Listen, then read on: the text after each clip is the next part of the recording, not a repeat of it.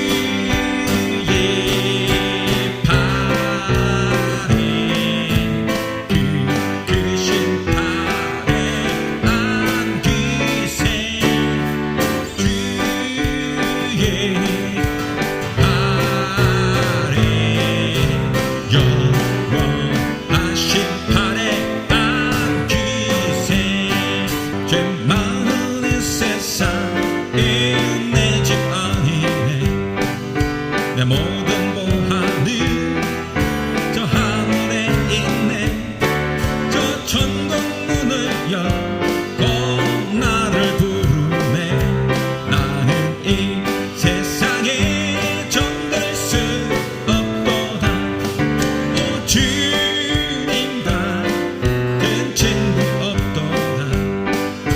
저 천국 없으면 난 어떻게 하나. 저 천국 문을 열고 나를 부르네. 나는 이 세상에 정될 수 없도다. 저 천국에서 모두 날 기다리네. 내 주 예수 피로 제 씻음 받았네. 나 비록 약하나 주님 날 지키리.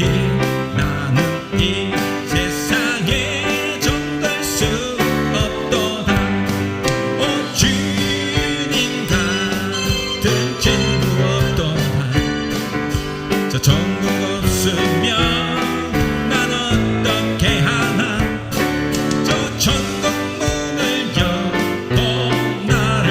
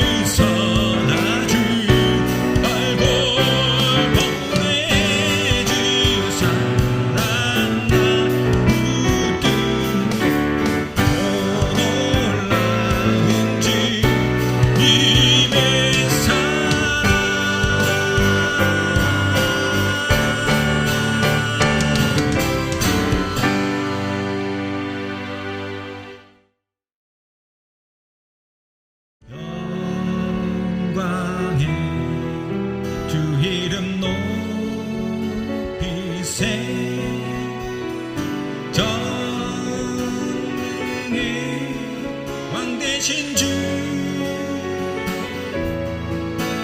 우리 정성 바쳐 경배하며 섬기 주의 이름 찬양하리 빛나는 보좌 다스리시는 영원한 왕 나에게 하나님 능력의 말씀 자유 주시는 넘치는 사랑 주 하나님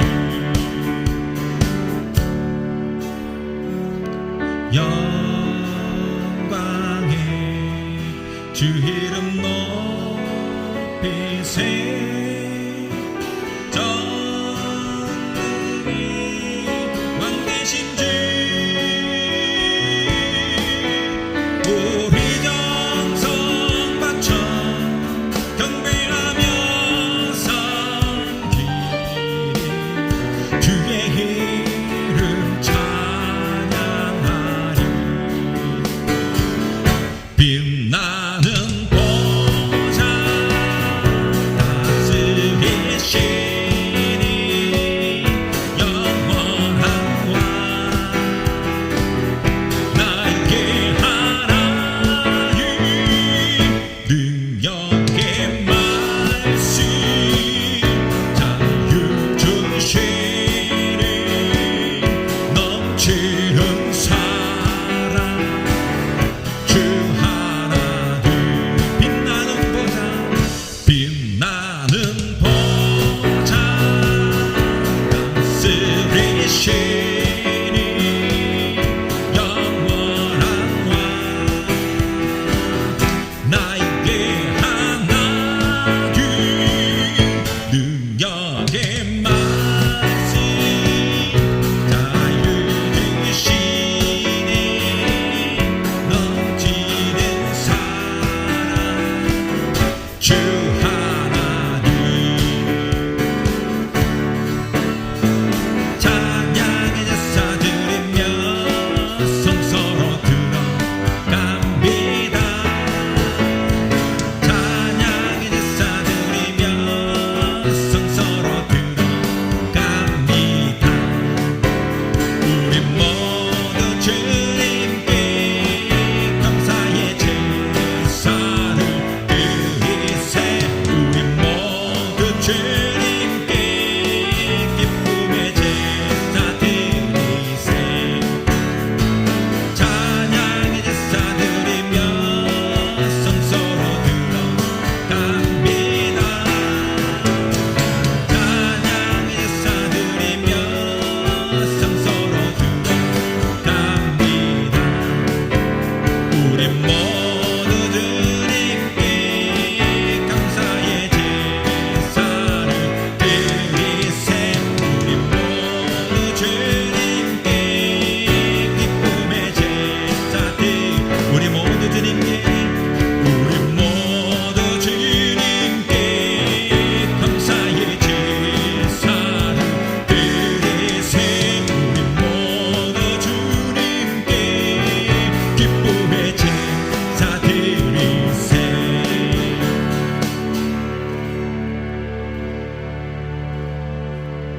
나의 노래가 되시는 하나님을 내가 종일토록 찬양하며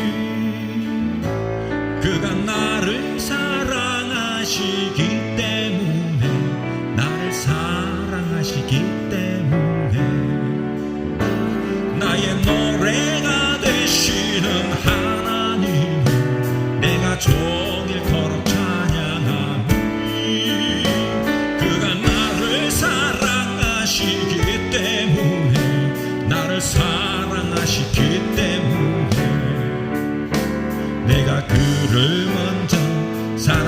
사랑한 것 아니요 그가 나를 먼저 사랑하시고 그의 사랑은 영원토록 변치 않아서 날 사랑하시니 내가 가장 좋은 것으로 그에게 드리고 싶어 나의 노래가 되시는 하나님을 내가 종일토록 찬양하리 그가 나를 사랑하시기 때문에 나를 사랑하시기 때문에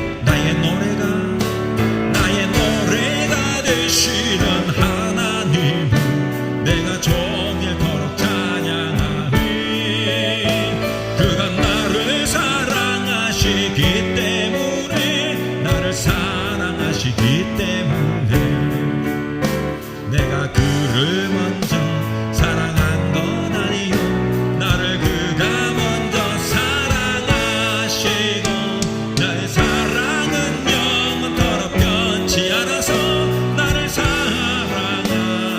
사랑하시니 내가 가장 좋은 것으로 그에게 드리고 싶어라 내 평생 사는 동안 주 찬양하리 여호와 하나님 내 주를 찬양하리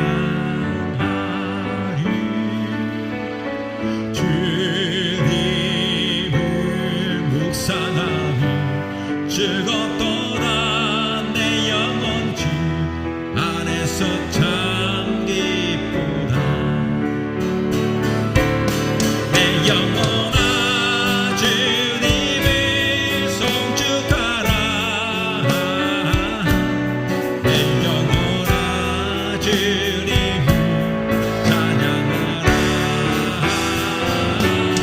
내 영혼아 주님을 송축하라 내 영혼아 주님을 찬양하라 내 영혼아 주님을 송축하라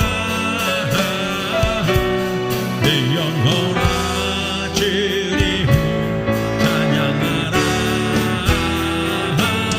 내 영혼아 주님을 송축하라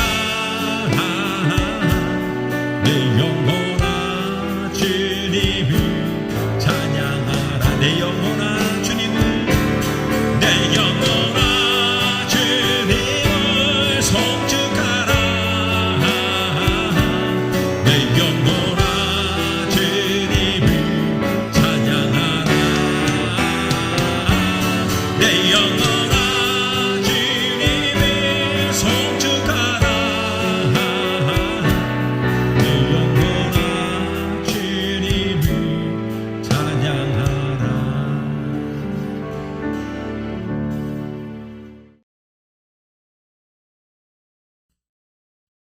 함께 나눌 하나님 말씀은 창세기 1장 1절에서 5절까지입니다.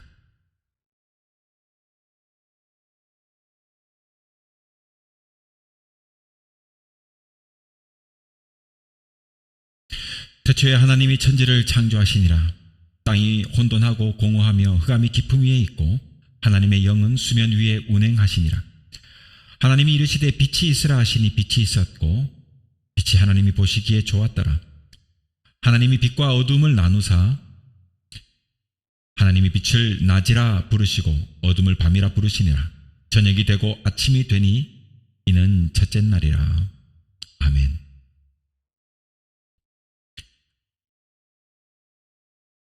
네, 오늘은 창세기 1장 1절로 5절까지 말씀을 통해서 잘 사는 길이라고 하는 제목으로 말씀을 함께 나누겠습니다. 귀한 은혜가 있길 바랍니다. 오늘은 좀 쉬운 설교를 나눌까 해요. 아주 빨리 끝날 거고 설교가 쉬울 겁니다. 말씀에 귀를 많이 기울이면 좋겠습니다. 하나님께서는 우리를 향한 뜻과 소원이 있습니다. 그것은 우리가 잘 사는 것이에요. 하나님의 관심은 하나님 당신 스스로에게 없으시고 오히려 우리에게 있으십니다. 한마디로 하나님은 우리가 행복하게 잘 사는 데만 관심이 있어요.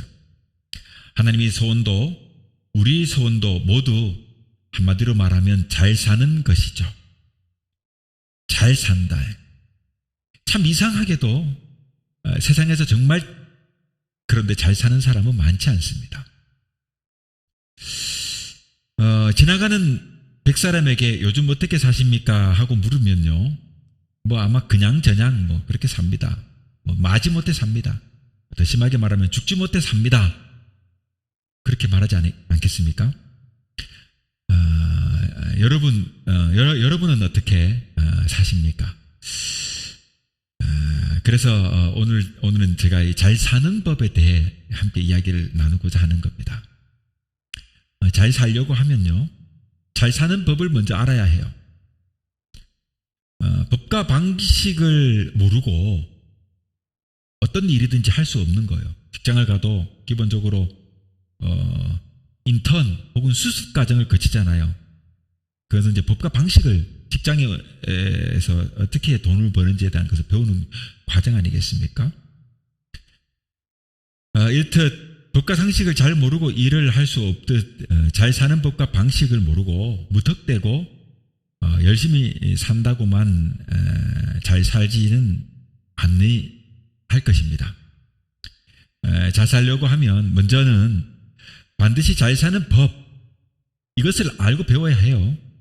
놀랍게도 성경은 우리에게 잘 사는 법에 대해서 말해주고 있습니다. 먼저 성경은 우리에게 잘 사는 법을 가르쳐주기 전에 먼저 사람이 못 살게 되는 이유에 대해 말해주고 있어요. 그러니까 잘 사는 법을 알려고 하면 먼저는 못 사는 이유를 아는 것이 중요한 거예요. 못 사는 이유를 분명하게 우리가 알아야 잘 사는 법을 알 수 있는 것은, 그러니까 아주 당연한 논리라고 할 수 있습니다. 성경은 우리가 못 살게 되는 이유는 단 하나, 바로 죄 때문이라고 말해요. 죄 때문에 우리가 못 살게 된다. 보편적으로 자본주의 혹은 민주주의 사회에서는 구조적으로는 정치, 경제 등 그런 문제들 때문에 못 살게 되는 거예요. 그렇게 못 살게 됩니다만, 이 사실 정치, 경제 등 이 사회 문제도 그 근원을 깊이 이렇게 파헤쳐보고 캐보면요, 우리 인간들이 죄 문제 때문에 그래요. 우리 마음속에 있는 이 죄 때문에 경제도 나빠지고 정치도 나빠지는 것입니다. 한마디로 이 세상에 죄가 없다면 죽음도 실패도 어려움도 고통도 없는 거예요. 없는 거예요. 그러므로 죄 때문에 사람이 못 산다는 이 성경의 가르침, 이 가르침은 얼마나 중요한 가르침인지 몰라요. 그러므로 누구든지 잘 사는 사람이 되려고 하면 먼저 이 죄의 문제를 우리가 해결해야만 해요. 어느 나라든 사회는 만연한 부정과 부패가 있기 마련이에요. 어느 나라든요. 우리나라만 적폐니 이런 게 있는 게 아니란 말이에요. 그리고 이것이 한순간에 동시다발적으로 터지면 우리가 잘 알다시피 그 옛날 IMF 같은 위기가 찾아오기도 하는 겁니다. 이와 같이 죄와 불의의 문제를 해결하지 못한다면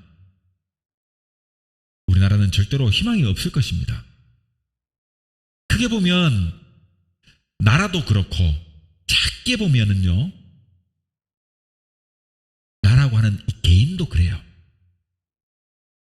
한 나라도 죄 때문에 망하고 한 개인도 죄 때문에 망하는 것입니다. 그러므로 이 죄의 문제를 해결하지 않고는 나라든 개인이든 절대로 잘 살 수 없습니다. 이러한 죄의 문제를 해결하려면 먼저 죄가 무엇인지를 정확히 이해해야만 죄의 문제를 해결할 수 있습니다. 성경에 의하면 죄는 선악과 나무 아래에서 처음 생겨났지 않습니까? 하나님께서 창조하신 이 최초의 사람이었던 아담과 하와에게 이 에덴 동산에 있는 모든 나무의 실과는 따먹을 수 있는 것이었어요. 그것은 다 따먹어도 좋지만 동산 가운데 있던 선악과 나무의 열매만큼은 절대로 따먹어서는 안 된다고 하나님께서는 말씀하셨습니다. 하나님께서 아담과 하와에게 그렇게 말씀하신 이유는요, 여러분, 굳이 그런 걸 왜 정해? 그냥 다 먹으라 하면서 왜 굳이 정해? 여러분, 이유가 있잖아요. 그 이유는요, 매우 중요한 여러분 삶의 원칙을 결정하시기 위해서예요. 매우 중요한 삶의 원칙, 뭘까요? 그것은요, 너는 앞으로 네 마음대로 사는 사람이 될 것이냐, 아니면 내가, 즉 하나님이 정해놓은 질서 속에 사는 사람이 될 것이냐 하는 것을 결정하라는 거예요. 막 그냥 내버려 둬버리면 허랑방탕하게 살지 않겠습니까? 하나님께서 정해놓은 거예요. 야, 여기 선악과 나무가 있어. 이것을 먹게 되면 너희가 정령 죽을 거야. 그러니까 먹으면 안 돼. 즉 내가 정해놓은 법 아래에서 네가 살 거냐, 그리고 살아가야 된다. 매우 중요한 이 삶의 원칙, 이것을 결정하시기 위해서 그렇게 했다. 좀 더 심하게 말하면 네 인생의 주인을 너로 할 것이냐, 아니면 하나님으로 할 것이냐를 결정하라는 것입니다. 한마디로 이 세상의 모든 것은 내가 만든 것이니 너는 나를 세상의 주인으로 인정하고 내가 말하는 대로 믿고 순종하고 살아야 살 수 있다. 네 마음대로 네 욕심대로 살게 되면 너는 죽고 망할 것이다 하는 것입니다. 그러나 아담과 하와는 하나님의 말씀을 저버리고 그 선악과의 열매를 먹고 말았습니다. 한마디로 자신이 모든 결정의 주체가 되어가지고 제 마음대로 제 욕심대로 사는 길을 선택하고만 것이다 하는 것입니다. 성경은 그것을 뭐라고 합니까? 죄라고 말하고 있고, 그 죄의 결과로 사망에 이르게 되었다고 말하고 있는 것입니다. 사람들은 각기 자기 소견대로 살아가는 거예요. 자기 소견에 옳은 대로 사는 거예요. 그런데 여기에 큰 문제가 있죠. 왜냐하면 사람에게는요, 자신과 세상을 바로 조정하고 다스릴 능력이 없기 때문에 그래요. 제 마음대로 자기 소견대로 옳은 대로 그냥 살아가면 여러분 이게 죄인지 이게 뭐지 없잖아요. 그냥 지나가다가 남이 흘린 거 남이 모르고 이렇게 떨어뜨려 놓은 거 주워가기도 하고, 혹은 남의 주머니에 있는 돈을 빼내가기도 하지 않겠습니까? 그리고 그것이 잘못됐다고 인지하지 못하면, 그래서 법이라는 것이 있는 거예요. 네 것 내 것에 대한 것이 있게 되는 거예요. 그런데 이런 것이 없게 되면 큰 문제가 생기지 않겠습니까? 즉 자기 소견이, 판단이 옳고 그름에 대한 기준을 사람이 잡을 수 없어요. 여러분, 절대 권력을 가지고 있는 그런 전체주의 어떤 그 절대 주권자, 대통령이든 왕이든 누구든지 간에 그런 사람들이 자기가 법이다 그러면 그 사람이 정해놓은 법이 여러분 옳을 수 있습니까? 폭군이 등장하면 나라가 엉망진창 되지 않겠어요? 자기 혼자 부정축제를 다 일삼고 힘없는 민중들을 붙들어가지고 시민들을 붙잡아가지고 옥에 가두고 고문하고 그런 일이 벌어지지 않겠습니까? 인간의 판단은 옳지 않다. 다 선하지 않기 때문에 그런 거예요. 절대적이지 않기 때문에, 절대 선이지 않기 때문에. 즉 사람에게 자신이 세상을 바로 조정할 수 있는, 자신과 세상을 바로 조정할 수 있는 능력이 없다 이 말입니다. 즉 능력의 한계를 가진 유한한 생명체인 사람이 자기가 마치 자신과 세상에 하나님인 양 살아가고 있으니까 그 삶이 잘못되고 어려워지는 것은 아주 당연한 일이 아닐 수 없는 것입니다. 여러분, 우리가 가끔 비행기를 타죠. 저도 가끔 비행기를 탑니다. 그런데 우리는 이 비행기를 조종할 줄 아는 능력이 없기 때문에 우리가 조종사에게 여러분 조종관을 맡기고 있지 않겠습니까? 조종관을. 만약 비행기를 조종할 능력이 없는데도 그 비행기를 자기가 조종하고 하겠다고 하면서 막 조종관을 잡게 되면 그 비행기가 어떻게 될까요? 여러분, 그냥 추락해가지고 폭파하지 않겠습니까? 비행기를 조종할 능력이 없는 사람이 그 조종관을 가지고 막 붙들고 있으면 자살행위나 다름없는 것 아니겠습니까? 이처럼 조종할 능력이 없는 사람이 비행기를 조종하면 비행기가 떨어지듯이 마찬가지로 인생과 세상을 조종할 능력이 없는 사람이 인생과 세상을 조종하면 인생과 세상도 추락할 수밖에 없는 것입니다. 여러분, 이번 장마가 매우 심하게 왔지 않습니까? 그래서 폭우가 집중호우가 내려가지고 우리가 잘 아는 안타까운 사고, 오송 지하차도에 그 불쌍한 사람들이 그 속에서 침수되어 그만 죽고 말았습니다. 그런 불행한 사고를 겪었지 않습니까? 여러분, 그런 사고가 나니까 제가 며칠 전에 비가 막 오는데 지하도 밑을 이렇게 지나가게 되는 거예요. 그런데요, 무언지 모르게 정신이 바짝 들고 손이 약간 오글거리면서 몸에 막 닭살이 막 쫙 올라오는 거예요. 그리고 조금 떨리는 것을 느낄 수 있었어요. 여러분, 나와는 아무 상관이 없는 그런 곳에서 난 사고인데도, 물론 저희가 천안에 살기 때문에 지척이에요, 오송은요. 어쨌거나 그런 나와는 아무 상관이 없는 그런 사고인데도 나도 그런 상황에 처할 수 있다는 생각에 뭐 이렇게 몸이 떨리고 막 닭살이 돋는데요. 그게 우리 인간이지 않습니까? 우리는 정말 한 치 앞도 내다보지 못하는 무능하고 유한한 한계를 가진 사람이에요. 사람이. 그것을 알았으면 그 지하차도로 누가 갑니까? 성수대교가 무너질 줄 알면 그 성수대를 앞을 누가 지나갑니까? 삼분백화점이 무너질 걸 알았으면 누가 거기에 쇼핑을 하러 가겠습니까? 그런데 한 치 앞을 내다보지 못하니까 불행한 사고를 경험하는 거예요. 예수님의 탕자의 비유 잘 알지 않습니까? 어느 집에 둘째 아들은요, 아버지에게 자신의 몫의 유산을 달라고 청합니다. 그 청을 아버지가 받아들여서 그 유산을 줘요. 그러니 그것으로 그는요, 미천 삼아가지고 성공해 보려고 아버지의 간섭을 피해가지고, 다스림을 피해가지고 가까이 있으면 또 간섭할 거니까 아예 그냥 멀리 떠나자, 먼 나라로 갑니다. 그래서 그것을 미천 삼아가지고 성공해 보려겠다 뭘 하려고 하겠죠. 그런데요, 그는요 그만 주색 잡기에 빠져가지고 흥청망청 그냥 유흥에 다 써버린 거예요. 그 유산을 다 탕진하고 마침내 어떻게 됩니까? 돼지 우리해가지고 거기서 돼지들이나 먹는 쥐염 열매를 먹어가면서, 그 누가 또 줍니까? 그것도 먹기 좀 시원찮아요. 인생의 밑바닥에 떨어진 거예요. 인생의 밑바닥. 우리나라에서는 그 막장 인생이라는 말 하지 않습니까? 갈 곳이 없는 인생 막장들이 가는 곳, 옛날 탄강촌의 그 지하 막창이라고, 그래서 막장 인생이라고. 여러분, 그는요 모든 것을 다 탕진하고 거지가 되어가지고 돼지들이 먹는 그 쓰레기나 그 찌끄레기나 먹는 그런 밑바닥에 떨어진 거예요. 밑바닥에 인생이 된 거. 그때 문득 생각합니다. 내가 아버지께 있을 때는 좋은 것을 먹고 좋은 집에서 그렇게 살았는데, 야, 내가 정신 차려 안 되겠다, 아버지 집에 돌아가자. 마음을 다잡아요.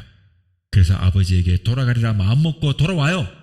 그랬더니 먼 발치에서 그 온몸에 그냥 더럽고 그냥 막 누더기 같은 옷을 입고 오는 그 아들을 보면서 먼 발치에 아버지가 뛰어나가 돌아온 아들을 막 꾸짖기는 그냥 끌어안고 들어와가지고 몸을 씻기고 사람들을 초청해가지고 잔치를 베풀고 다시 아들의 자리에다가 앉혀놓는 거예요. 잃었던 아들, 집 나갔던 아들 돌아왔다. 잔치를 베푸는 거예요. 여러분, 이것이 하나님의 마음입니다. 반대로 인간은요, 이 둘째처럼 욕망의 덩어리예요. 사람이 다스리는 세상은 언제나 여러분 이와 같이 말썽입니다. 제 아무리 우수한 인재가 넘치고 박사가 넘쳐나도요, 나라꼴은 언제나 엉망입니다.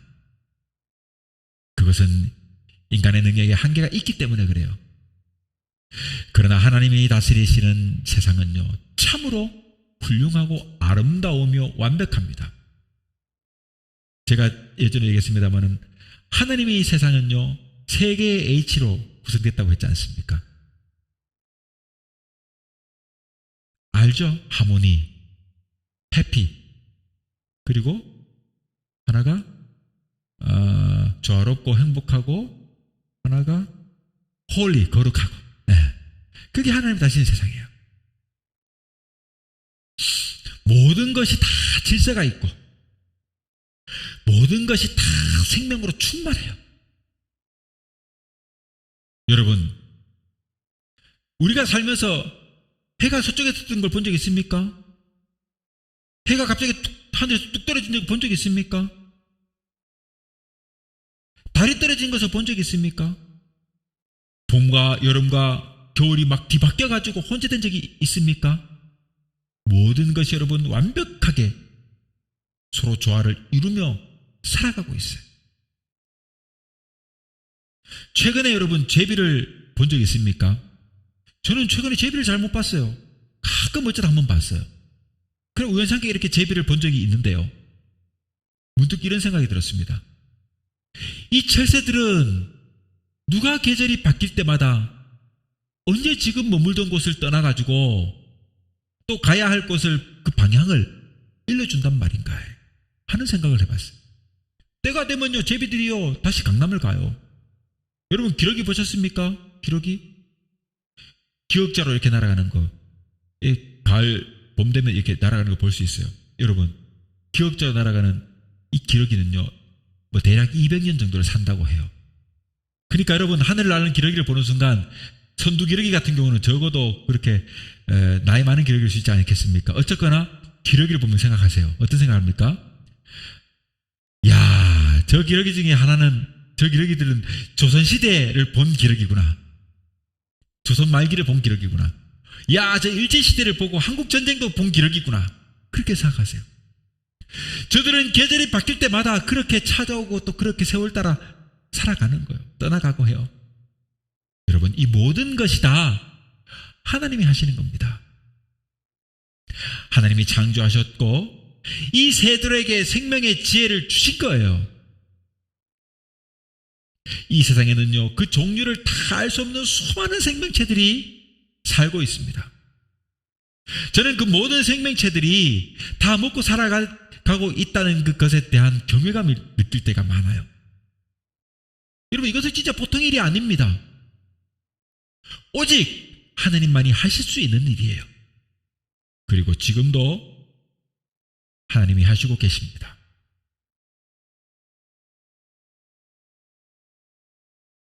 놀랍지 않습니까? 이 엄청난 세상, 이 질서 있게 아름답게 그리고 다 살아서 움직이고 있어요. 왜냐하면 하나님이 통치하시기 때문입니다. 그것을 우연이라고 이야기하는 사람들도 있어요. 그러나 그렇지 않습니다.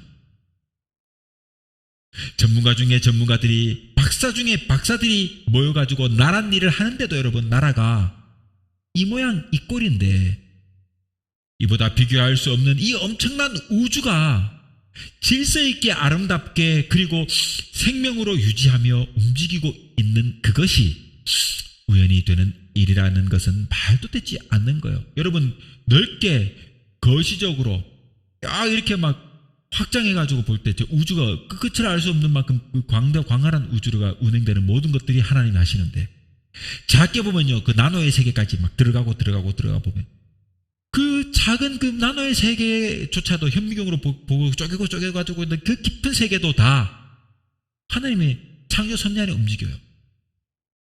우리 몸에 있는 세포 조직 하나하나 그 모든 것이 다, 여러분, 인간이 만드는 기계들요, 매끈하게 막 갈아가지고 막 샌딩하고 막 갈아가지고 매끈하게 만들어가지고 사진 찍으면 광택이 나게 찍으면 예쁘잖아요. 현미경으로 보십시오. 그거는요, 막 엉망진창의 모습을 볼 수 있을 겁니다. 그런데 놀랍게도 있잖아요.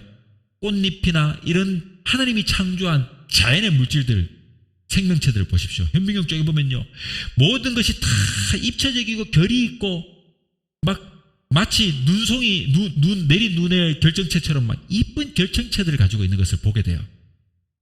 왜요? 하나님의 창조는 조화롭고 아름답기 때문에 그래요.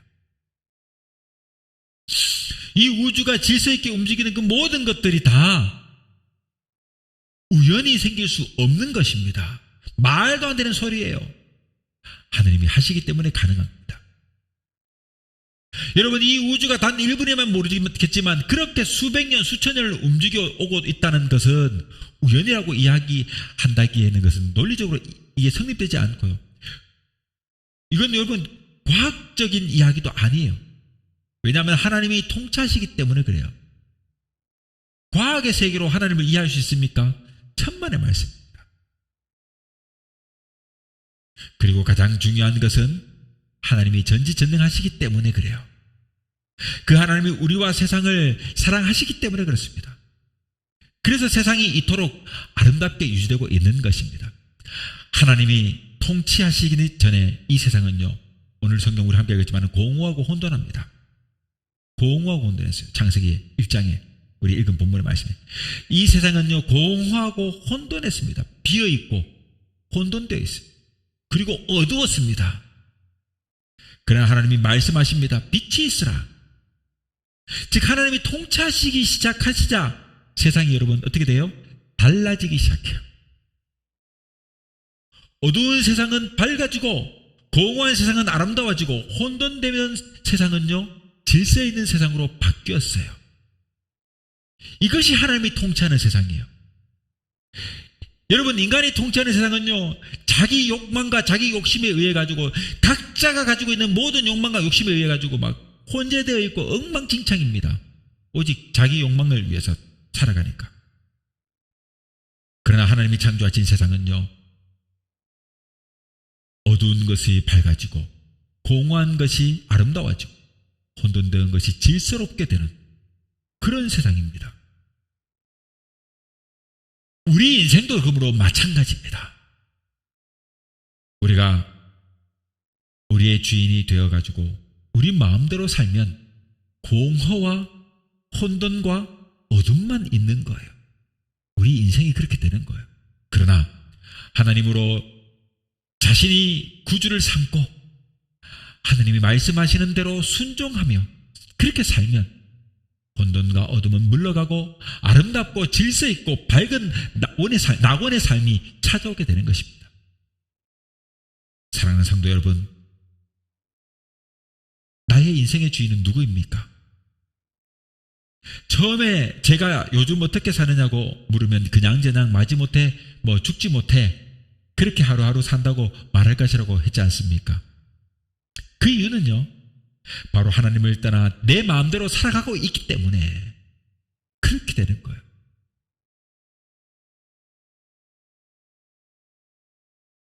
비행기를 조종할 능력이 없는 사람이 비행기 조종관을 잡듯 인생과 세상을 조종할 아무런 능력도 없는 사람이 자신과 세상에 하나님이 되어가지고 살아왔기 때문에. 그러니 여러분 참으로 잘 살기 원하신다면 주인을 바꿔야 돼요. 오래전에 지금은 자꾸 한 국민에게 되게 인기 많았던 국회의원 노회찬 씨라고 있습니다. 그 사람이 불판론이라고 아주 유명한 일학 스타가 된 토론회에 나왔던 말이 있는데, 여러분 우리가 정치를 할 때 보면은 한 지역은 맨날 뽑았던 사람만 뽑아줘. 그러니까 이 사람들이 기득권이 돼가지고 표 구걸할 때만 온갖 안양을 떠면서 구걸하지만 국회의원이 되거나 높은 자리에 오르면 언제 그랬냐는 듯이 그냥 시민들을 가지고 우습게 여기고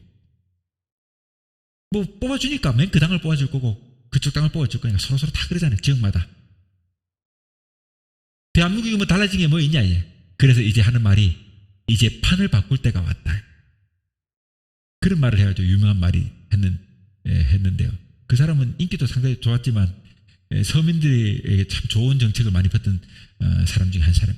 어쨌거나 여러분 세상도 그렇게 판을 바꿔야 될 때가 있는 것처럼 우리의 삶도 여러분 내 삶이 어그러지고 일그러진 이유는 내가 주인이기 때문에 그래요. 그러니 잘 살기를 원한다면 판을 바꿀 때가 됐어요. 우리는 우리의 주인을 바꿀 때가 됐습니다. 내가 아니라 이 엄청난 우주를 소리 하나 없이 움직이시고 다스리시는 하나님께 나의 인생을 맡기는 여러분 이것을 바꿀 때가 됐다 이 말입니다. 우리를 사랑하시어 독생하신 외아들 예수 그리스도를 주시기까지 아끼지 않은 하나님의 사랑 안에 우리가 거해야 합니다. 진정한 행복은 예수 안에 있습니다. 참 안식은요 하나님께만 있습니다. 그리하여 우리 모두 진정으로 예수를 믿어 구원에 이르고 영원한 행복을 누리며 죄에서 벗어나 잘 살게 되는 복을 모두 누리시기를 주님의 이름으로 축원합니다.